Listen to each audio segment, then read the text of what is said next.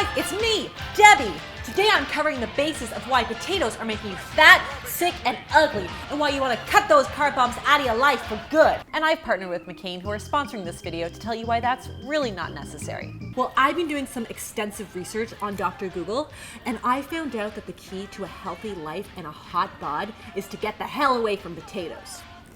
Have you heard of the term everything in moderation, Debbie? Moderation's for the weak. It's all or bust if you want to get lean. Oh, that is a whole other video there, Debbie. Forget about it. Let's talk about why those starchy potatoes have got to go. Potatoes make you gain weight, and they spike your blood sugar because they're full of carbs.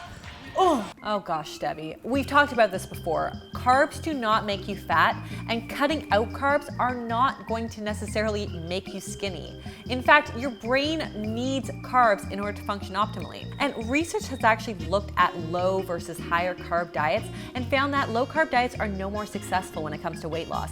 Ditto for low versus high glycemic index diets. And this does not really surprise me very much, considering the research also has shown that diets in general don't work. So please just stop the carb fear right there. Now, specific to potatoes, a large meta-analysis found that there wasn't a strong association between eating potatoes and the risk of obesity, cardiovascular disease, and diabetes. So my advice to you is to enjoy your potatoes in moderation. So I'm talking about portion sizes of about a cup per serving. Pair it with some lean protein like chicken, beef, or tofu, and lots of fiber-rich vegetables to help slow the blood sugar response and keep you satiated longer. If you peel potatoes, you lose out on all the nutrients. Stop being dramatic. Potatoes are an excellent source of vitamin C. They have more potassium than a banana, plus B6, iron, magnesium, and high quality carbohydrates.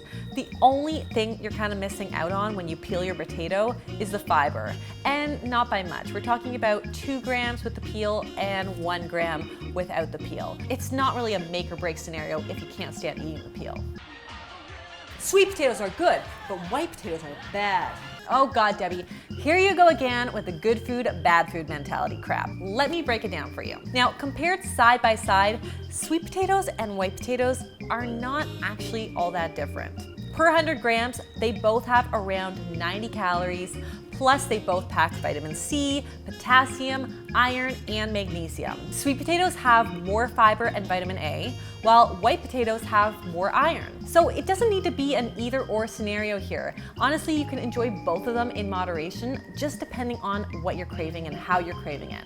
So for example, I prefer to have my white potatoes as French fries, and I like my sweet potatoes baked. So you do you.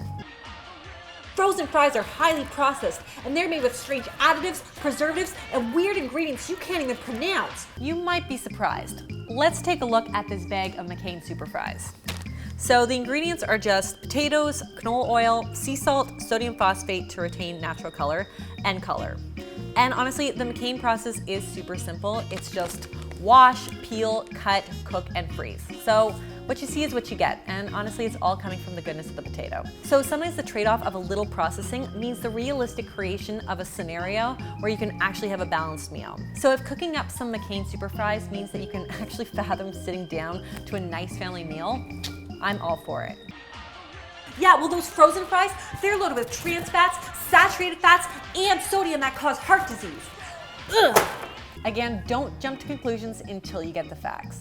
A serving of McCain Super Fries, for instance, are trans fat free. They have just 0.3 grams of saturated fat per serving and only 4% of your sodium needs for the day. I also know that McCain is working really hard to reduce the sodium and fat in its products without compromising flavor, taste, or of course quality. The other nice thing when it comes to heart health is that potatoes are loaded with potassium, and potassium actually works in opposition of sodium to promote a healthier heart. Well, what the hell, Abby? You're literally saying we should just binge on French fries all day? Actually, I'm saying that if you enjoyed all foods, including potatoes, in moderation, there wouldn't be a need to binge on anything. And while I would never tell you to cut out anything indefinitely, I can definitely say that potatoes are both a nutritious and delicious choice.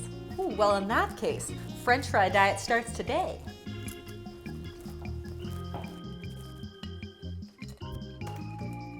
Oh dear.